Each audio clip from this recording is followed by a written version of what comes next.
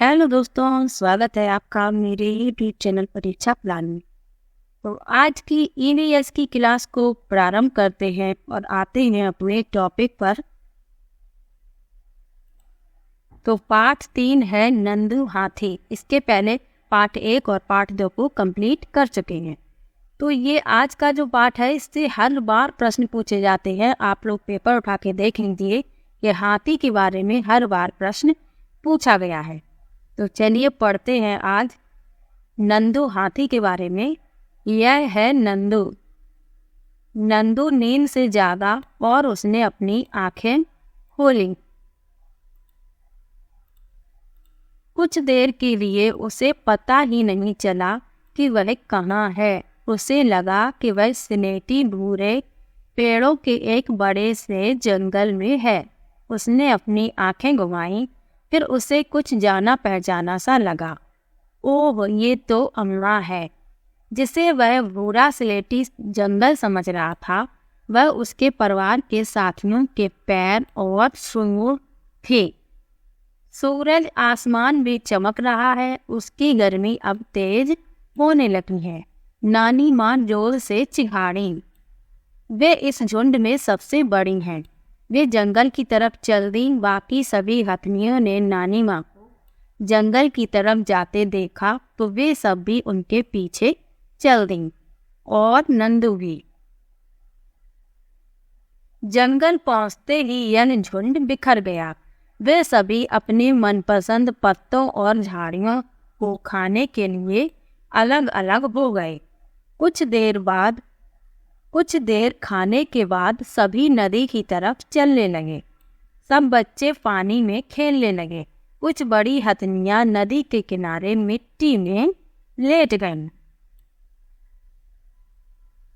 क्या तुम जानते हो कि एक बड़ा हाथी एक दिन में 100 किलोग्राम से ज़्यादा झाड़ियाँ और पत्ते खा लेता है। बिल्कुल यही लाइनें पेपर में छपी रहती हैं और कथन लिखे रहते हैं। जैसे प्रश्न दिया जाएगा, हाथी के बारे में कथन लिखे रहेंगे 4।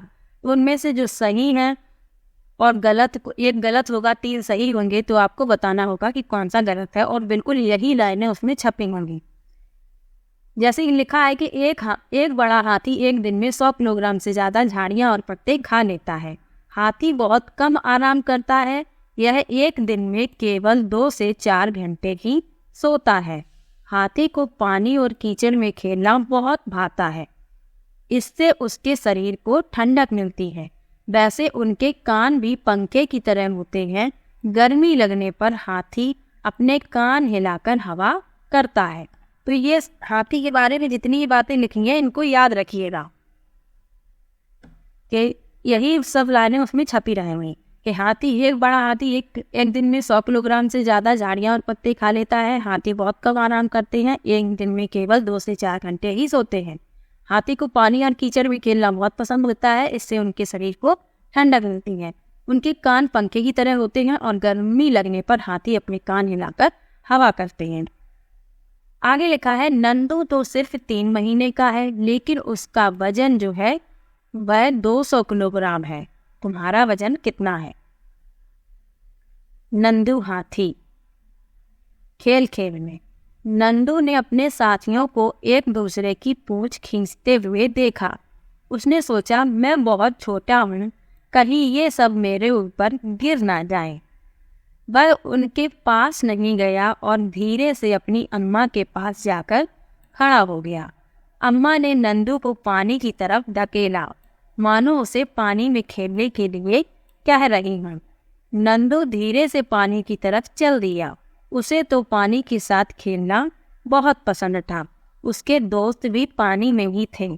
पानी के पास पहुँचते ही पानी का एक फव्वारा नंदू के सिर पर गिरा। नंदू पूरा भीग गया। उसने देखा यह उसके दोस्तों की शरारत थी। वह मुस्कुराकर पानी से खेलने लगा। आगे लिखा है, सूरज डूबने से पहले ही झुंड फिर से जंगल की तरफ चल दिया। जंगल में पहुँचते पहुँचते नंदू बहुत थक गया। वह दूध पीते पीते अपनी अम्मा के पैरों के बीच में सो गया। तुमने पढ़ा कि नंदू हाथी अपने झुंड के साथ रहता है।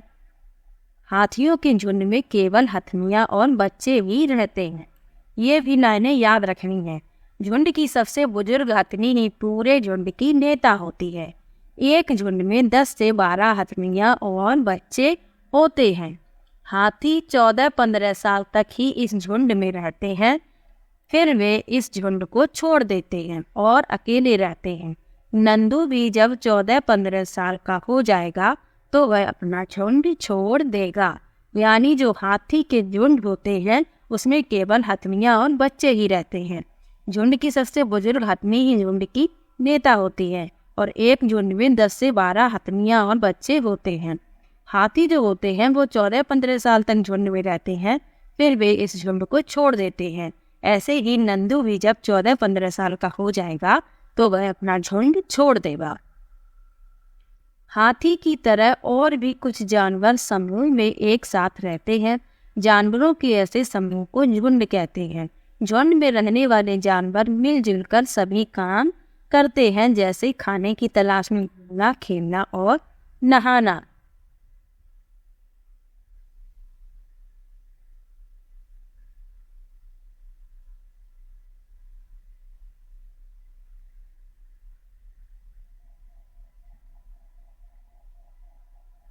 सोचो और लिखो, बगुला भैंस पर क्यों बैठा होगा?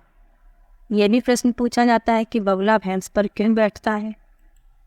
तो बगुला भैंस पर क्यों बैठता है? बगुला भैंस पर इसलिए बैठता है क्योंकि भैंस की पीठ पर जो परजीवी कीट होते हैं बगुला उनको खाता है, इसलिए भैंस और अन्य जानवरों की पीठ पर बगुला बैठता है। ये याद रखना है। क्या तुमने किसी जानवर को दूसरे जानवर पर सवारी करते देखा है? उसका नाम लिखो। तुम्हारा अपना हाथी बनाओ। यहाँ हाथी का चित्र बनाना बताया गया है, तो वो बनाना है कटिंग करके। आगे देखते हैं आगे और क्या दिया गया है। जानवरों की सभा। इन चित्रों को देखो, पढ़ो और ये आपस में क्या क्या कह रहे हैं इन पर संवेदनशीलता से चर्चा करें। जैसे ये सांप छपा हुआ है, सांप, और ये क्या कह रहा है? अब पिटारी ही मेरा अब घर बन गया है। मैं तो जंगल के जानवरों से मिलना और खुली हवा लेना मानो भूल ही गया हूँ। बस पिटारी ही है और यह सपेरा, यानी सांप है जो बहुत दुख व्यक्त कर रहा है कि मुझे अब पिटारी में ही मेरा घर बन गया है। मैं जंगल के जानवरों से मिलना और खुली हवा लेना भूल गया हूँ। बस पिटारी और यह सपेरा, मतलब उसको दुख हो रहा है। आगे क्या लिखा है? ये छपा है भालू। यह मत सोचो कि मैं सर्कस में बहुत खुश हूँ। नाचो कूदो, आग के गोले से निकलो और भी ना जाने क्या क्या ना करो तो भूखे रहो और पिटाई अलग से।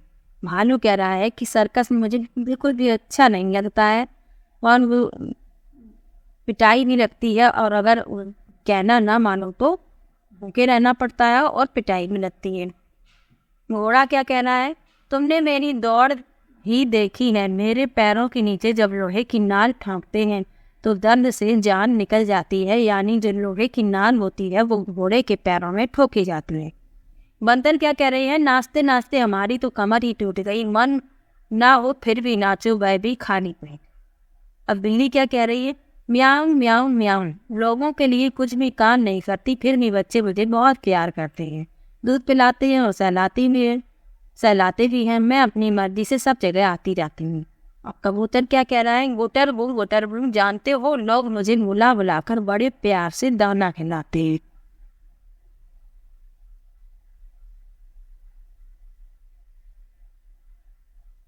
आगे लिखा है, क्या आप जानते हो हाथी परेशानी आने पर एक दूसरे की मदद करते हैं। अपने बच्चों की देखभाल और सुरक्षा के लिए एक दूसरे का साथ देते हैं। तो ये नंदू हाथी के बारे में जितनी भी महत्वपूर्ण बातें बताई हैं उन सबको याद रखिएगा। लेसन जो है वो यहीं पर समाप्त होता है। तो आज के लेसन में नंदू हाथी से जुड़ी महत्वपूर्ण बातें और हाथियों के बारे में जो जितनी भी महत्वपूर्ण बातें थी उन सब बातों को जाना है। तो इन सभी को जो कथन बताए हैं इन कथन को याद रखिएगा या एक कॉपी में नोट कर लीजिएगा, जितने भी हाथी के बारे में कथन बताए हैं। वीडियो कैसा लगा कमेंट बॉक्स में ज़रूर बताइएगा। वीडियो को लाइक और चैनल को सब्सक्राइब करना मत भूलिएगा। मिलते हैं एक और नई वीडियो के साथ, तब तक के लिए बाय बाय।